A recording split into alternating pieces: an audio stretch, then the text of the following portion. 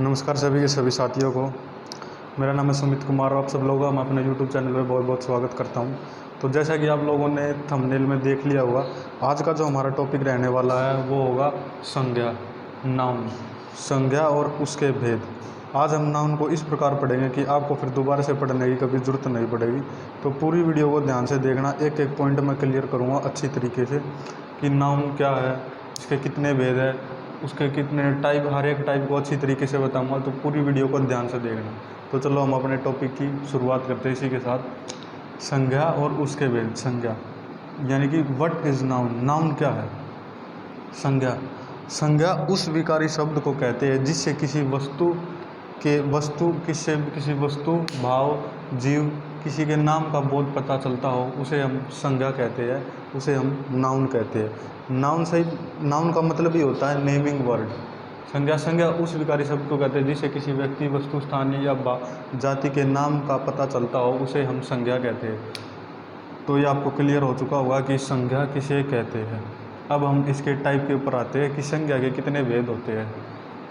संज्ञा के टोटल 5 भेद बताए गए हैं। पहला होता है व्यक्तिवाचक, दूसरा होता है भाववाचक, तीसरा जातिवाचक, चौथा समूहवाचक और पांचवा द्रव्यवाचक।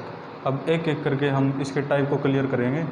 व्यक्तिवाचक का क्या अर्थ होता है? जैसा कि इसके नाम से क्लियर होने लग रहा है, व्यक्तिवाचक यानी कि किसी एक पर्सन के, उसके व्यक्ति का नाम पता हो, किसी व्यक्ति, वस्तु, स्थान, जाति के नाम का पता हो, उसे हम व्यक्तिवाचक कहते हैं।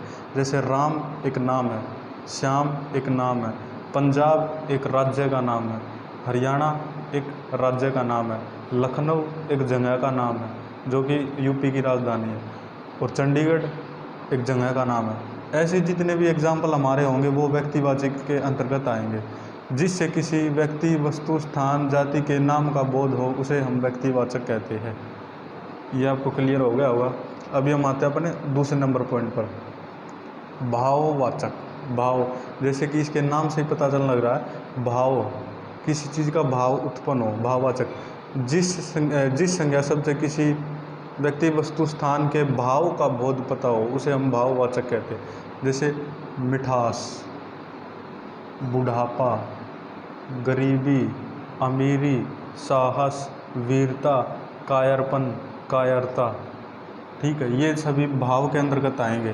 ठीक है, अभी तीसरा हमारा आता है जातिवाचक। जातिवाचक का क्या अर्थ होता है? जिससे पूरी की पूरी किसी जाति का बोध हो, उसे हम जातिवाचक कहते हैं।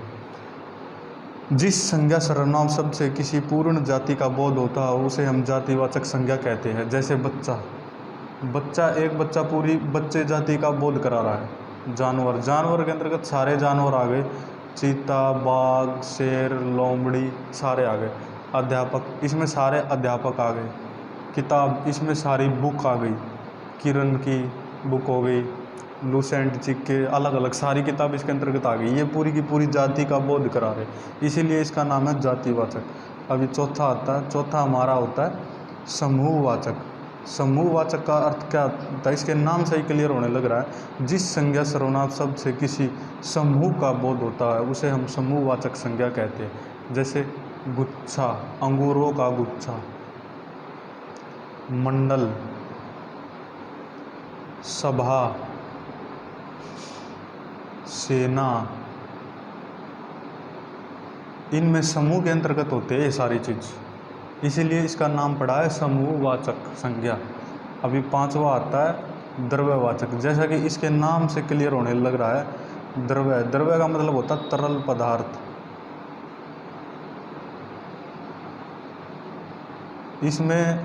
इसमें सारी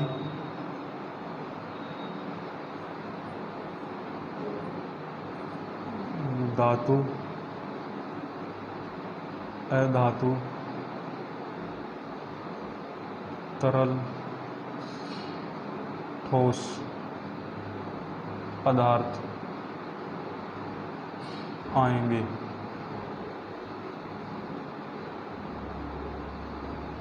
ओके,